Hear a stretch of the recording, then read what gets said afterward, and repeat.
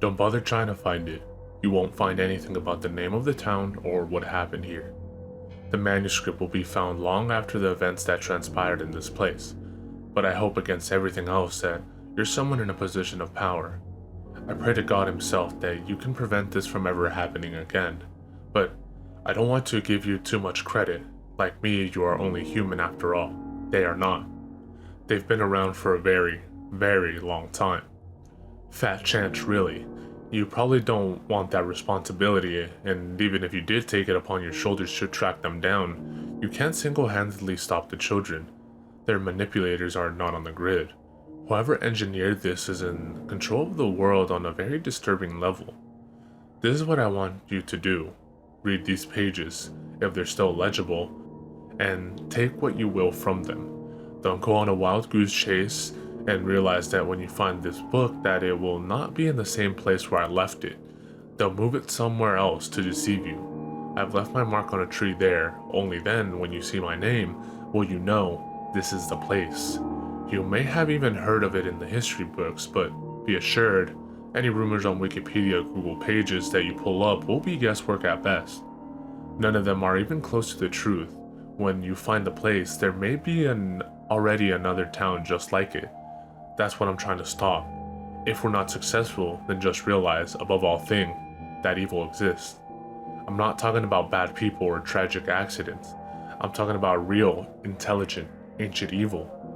It is calculated, and it is always one step ahead of you. Should you decide to take my place and become the next paragon to prevent the corruption of the hearts and minds of children, I thank you in advance.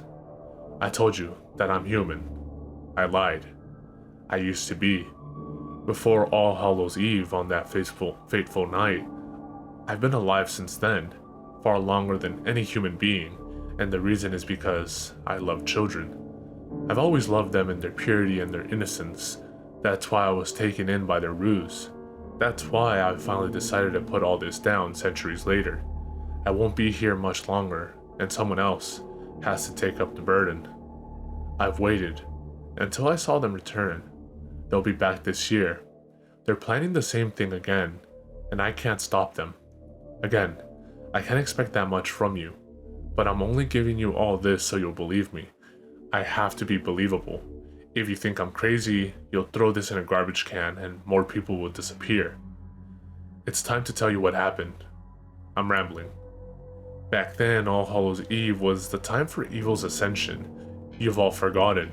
If you left your house on that night in the old country, you were a devil worshipper.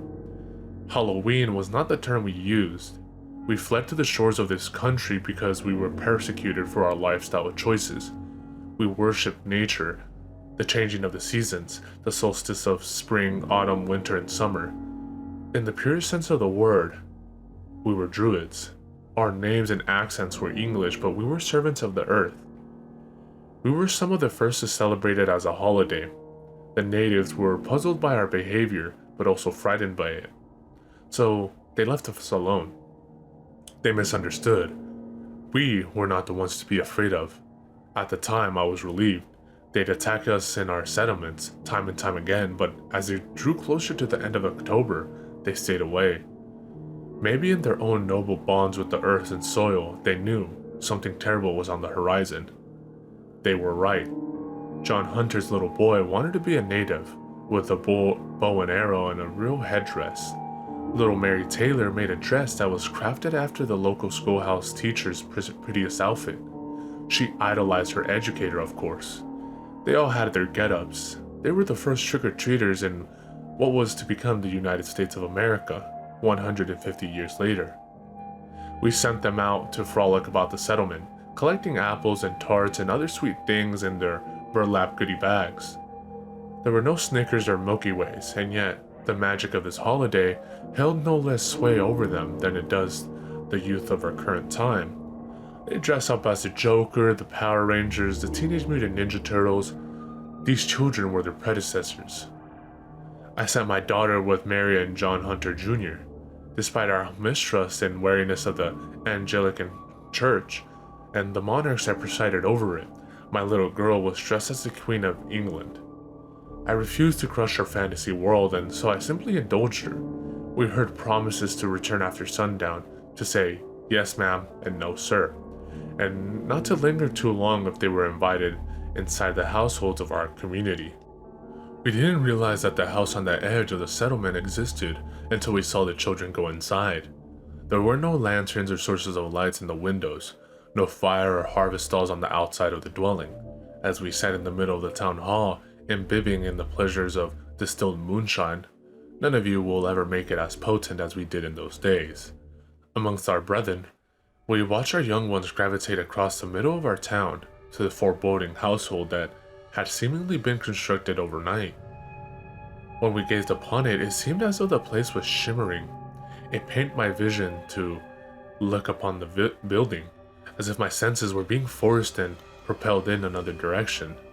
Such a thing is difficult to put into words, but I seemed to be the only one who realized that our kids were all heading to the same place. When I questioned John Hunter as if something was odd about their actions, he stared at me as if I was insane. "What do you mean?" he asked. "There's no house there. They're going to play by the stockades." The sun had set by that point, but as I said before, none of them were concerned. The natives hadn't shown up for weeks.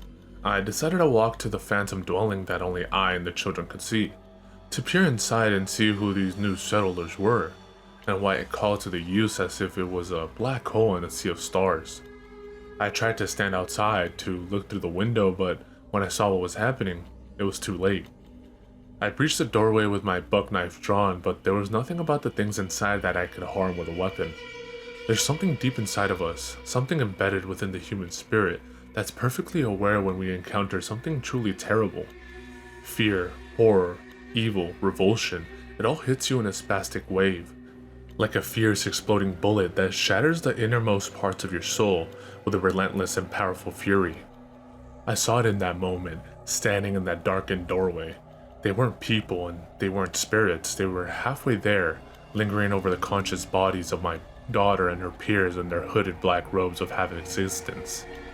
There was one in particular who made me feel as though my eyes would pop like ripened cherries when I stared at it.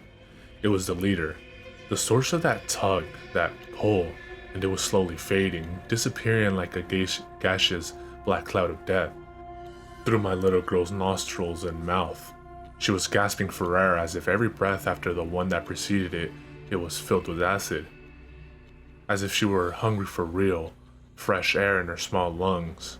With every breath, the figure faded deeper into her along with the rest of them.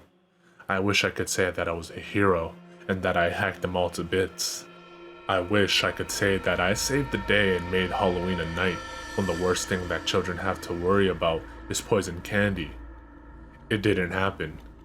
There was one of them left, floating towards me on an elongated blackened tendrils of shimmering nothingness. By all real means of my imagination, it shouldn't have been there. But it was, and soon, it was going inside of me. The last thing I saw were their little feet scurrying out of the phantom house and into the town. I felt that something terrible was about to happen. I had no idea. Everything went black and then I was outside of myself. I was conscious, but observing my feet, my hands, doing things beyond my own scope of physical control.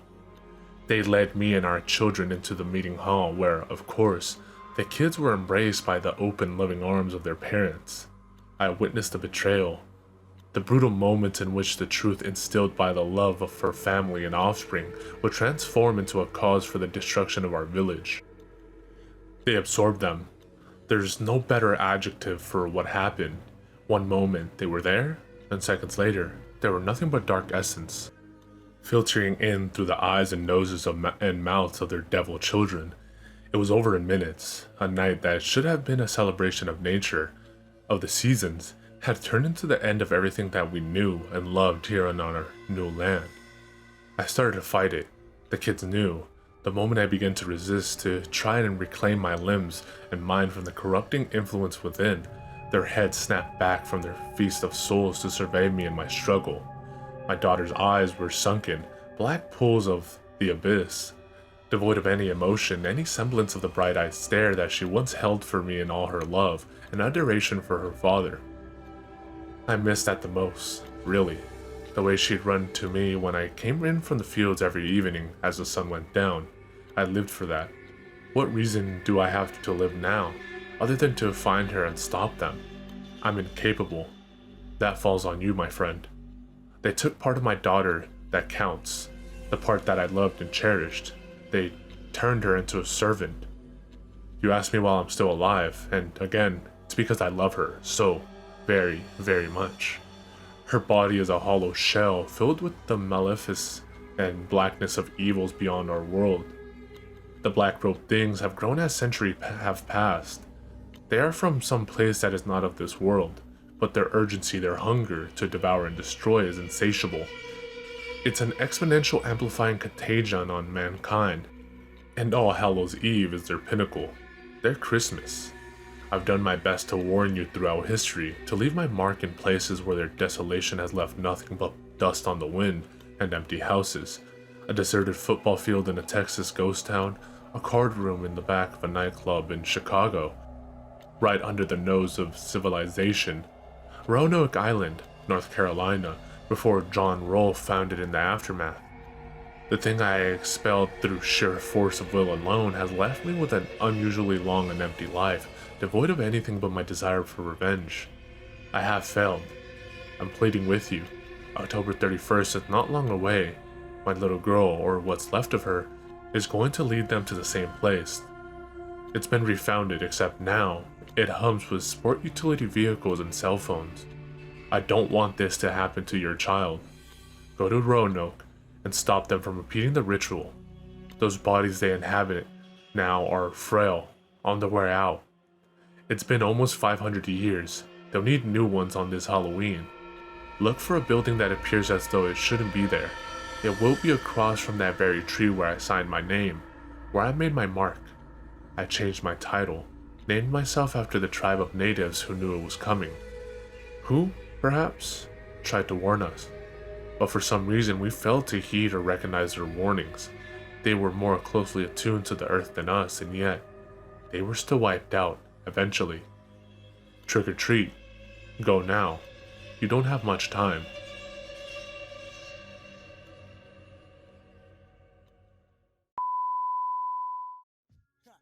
In this little shop of horrors, that's how we get down.